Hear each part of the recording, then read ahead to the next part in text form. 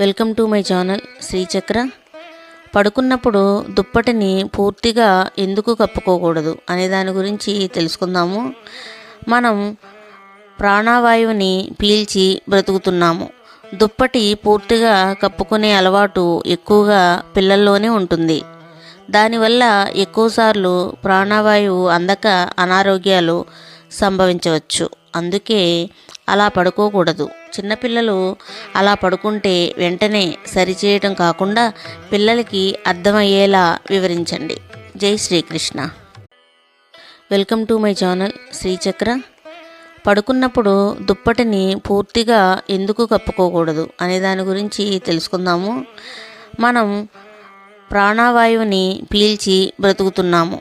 దుప్పటి పూర్తిగా కప్పుకునే అలవాటు ఎక్కువగా పిల్లల్లోనే ఉంటుంది. దానివల్ల ఎక్కువసార్లు ప్రాణవాయువు అందక అనారోగ్యాలు సంభవించవచ్చు. అందుకే అలా పడుకోకూడదు. చిన్నపిల్లలు అలా పడుకుంటే వెంటనే సరిచేయటం కాకుండా పిల్లలకి అర్థమయ్యేలా వివరించండి. జై శ్రీకృష్ణ.